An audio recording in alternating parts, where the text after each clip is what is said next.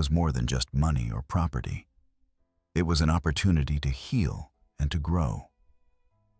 At the company, my role evolved rapidly. I spent hours reviewing reports, attending meetings, and meeting with executives and employees alike. Some viewed me with skepticism, whispering doubts about my ability to lead. Others offered tentative support, appreciating my honesty and willingness to listen. I took every conversation seriously, knowing that trust had to be earned, not given. David and I continued to work side by side, our relationship slowly mending. We spent long hours discussing strategies, debating decisions, and sharing memories of Rebecca, her strength, her vision, and her love for both of us. These conversations were difficult, but necessary. They reminded me that beneath the business challenges were human stories of loss, hope, and forgiveness. One afternoon, Susan invited me to tour the community programs Rebecca had envisioned, but not yet launched. We visited local schools where Flores Consulting Solutions had pledged scholarships and mentorships. The students' faces were bright with curiosity and ambition, a living testament to the impact the company could have beyond profits.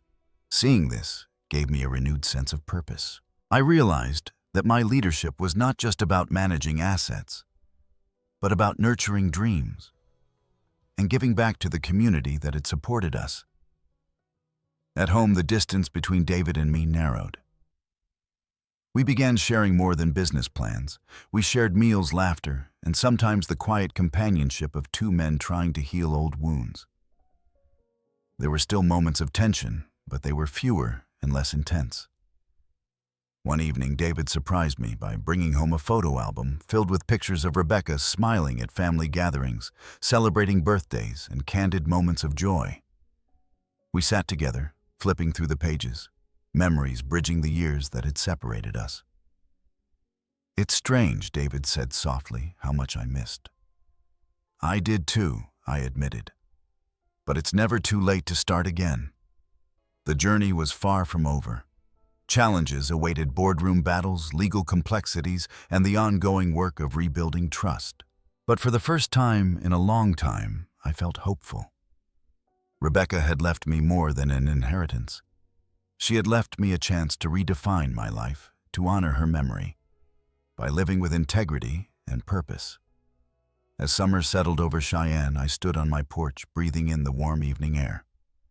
The city lights twinkled in the distance, a reminder that even after the darkest nights, there was always the promise of a new dawn.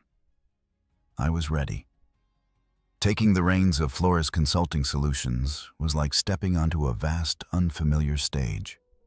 Each day brought new challenges, financial decisions, strategic planning, and navigating the complex web of relationships that kept the company alive. Yet beneath these challenges lay something even harder to manage: the lingering doubts, both mine and those around me. The board members were a mixed bag. Some welcomed the fresh perspective I brought, while others were wary, their eyes reflecting skepticism rooted in my unconventional background. A few questioned whether a man without a formal business education or decades of corporate experience could truly lead the empire Rebecca had built. I felt their doubts keenly, but I refused to let them define me. I knew I had to prove my worth, not just through words, but actions. I spent long nights studying financial reports and market trends, soaking in knowledge like a sponge. David remained by my side, his expertise invaluable, but our relationship was still a work in progress. Our discussions sometimes flared into disagreement, his sharp critiques challenging my decisions, mine tempered by a desire to listen and learn. One particularly difficult day, I faced a major decision regarding a proposed acquisition. The deal had the potential to expand the company's reach, but also carried significant risks. During the board meeting, voices clashed. Some argued for the acquisition. Others feared it might stretch resources too thin. I listened carefully before weighing in, drawing on what I had learned and my own instincts. "I believe this is a calculated risk worth taking," I said, my voice steady. Rebecca was a visionary, and I want to honor her legacy by being bold when it counts. David nodded slowly, then added, "With proper oversight, I think we can manage the risks and make this work." The motion passed a small but meaningful victory that boosted my confidence. Outside the boardroom, I sought to connect with the employees, the heart of the company. I began hosting monthly town halls, inviting staff to share their ideas and concerns. These meetings were humbling, but also inspiring. Their dedication reminded me why Rebecca had poured so much of herself into this company. At home, David and I continued to rebuild our relationship, sharing stories, hopes, and even regrets. One evening, as we sat on the porch watching the stars, he said, "I'm proud of you, Dad. More than I expected." His words touched me deeply. But the path ahead was still uncertain. Challenges lurked: corporate rivals, market fluctuations, and the ever-present pressure to grow and innovate. I knew I couldn't do it alone. With renewed determination, I reached out to community leaders, seeking partnerships that aligned with our values. I also began mentoring young employees, hoping to nurture the next generation of leaders Rebecca had envisioned.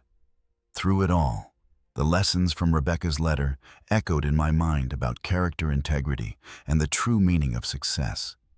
Each day, I grew more certain that this inheritance was not just a gift, but a responsibility to honor the past, embrace the present, and build a future that mattered. And as the seasons turned in Cheyenne, so did the tides of my life. If you're still watching, comment 1, so I know you're still with me. Family betrayal. Taking on the role of chairman was more than just a title.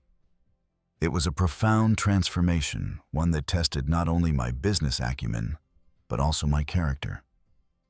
Every day I faced decisions that demanded careful thought, courage, and above all, integrity. Rebecca's legacy was a beacon guiding me through moments of uncertainty and challenge. One morning, as the sun cast long shadows across the conference room, I sat with David and Susan reviewing quarterly reports. The numbers were promising, but beneath them lay stories of people whose lives were touched by our work. I found myself thinking about the employees, the communities, and the responsibility we bore beyond profits.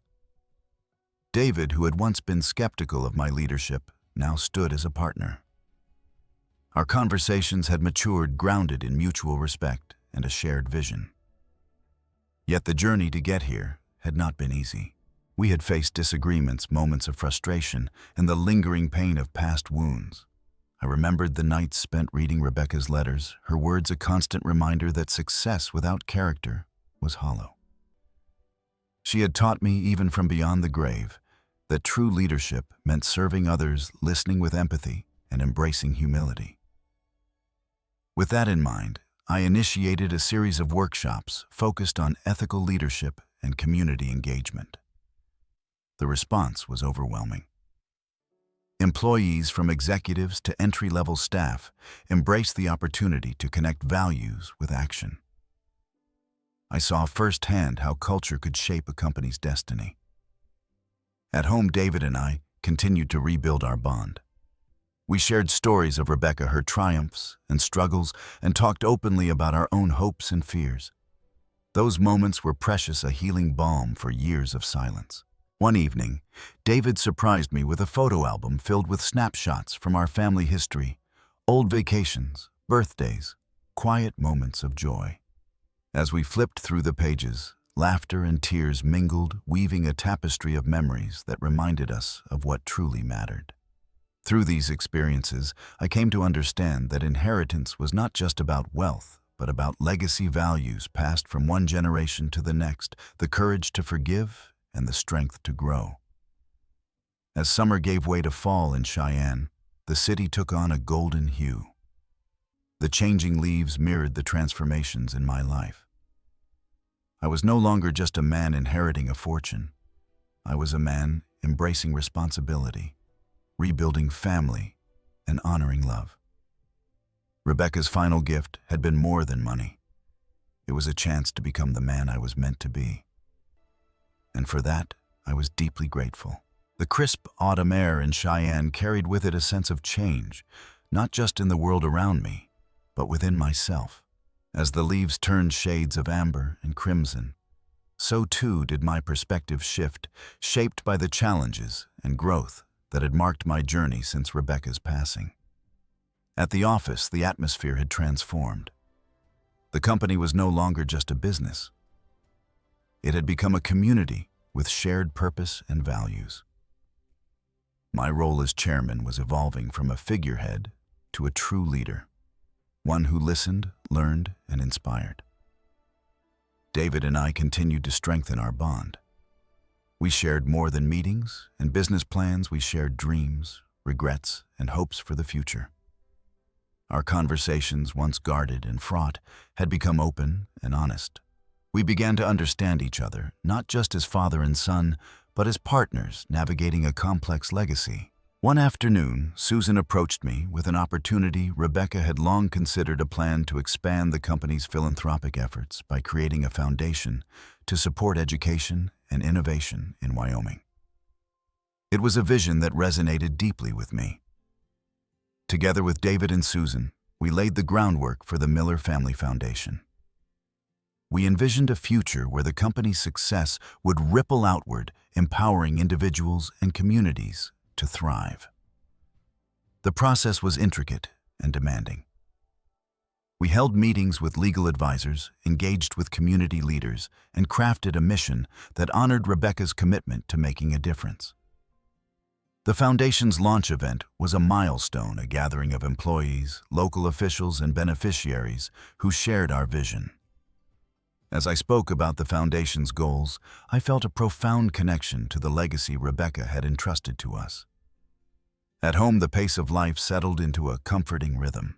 David and I spent evenings discussing the day's triumphs and challenges, sharing meals, and reconnecting as a family. The wounds of the past were healing, replaced by hope and understanding. Reflecting on my journey, I realized how far I had come from the man who once felt invisible and inadequate to a leader embracing responsibility with courage and humility. Rebecca's final gift had given me more than wealth. It had given me a purpose, a chance to make a lasting impact. As the sun set behind the Wyoming hills, painting the sky with hues of gold and pink, I stood on my porch, grateful for the new horizons ahead. With the launch of the Miller Family Foundation behind us, I felt a renewed sense of purpose. Yet beneath the optimism, the weight of legacy pressed heavily on my shoulders. This was more than a business or a charity. It was Rebecca's life's work entrusted to me to carry forward. The responsibility was immense. Each day brought new decisions and challenges.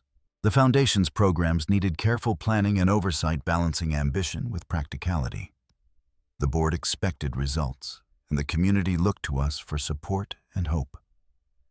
I often found myself reflecting on Rebecca's journey, the sacrifices she made, the battles she fought to build a company and a life that defied expectations. Her story was a constant reminder of resilience and vision.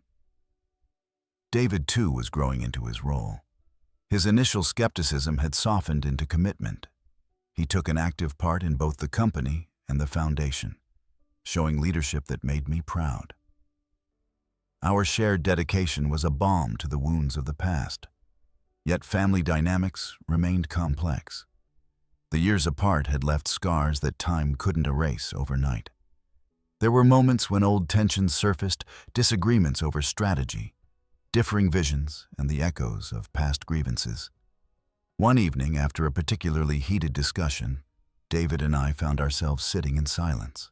The tension was thick, but so was the unspoken understanding that we were both striving for something greater than ourselves. "Dad," he finally said, "this isn't just about business or legacy. It's about us. About healing."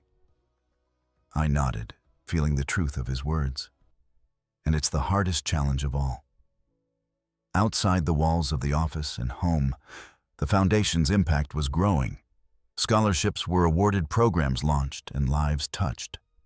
Stories came back from recipients, young people inspired to pursue their dreams, communities strengthened by new opportunities. These stories fueled my resolve. They reminded me that legacy was not static. It was alive, evolving, and carried forward by those willing to serve.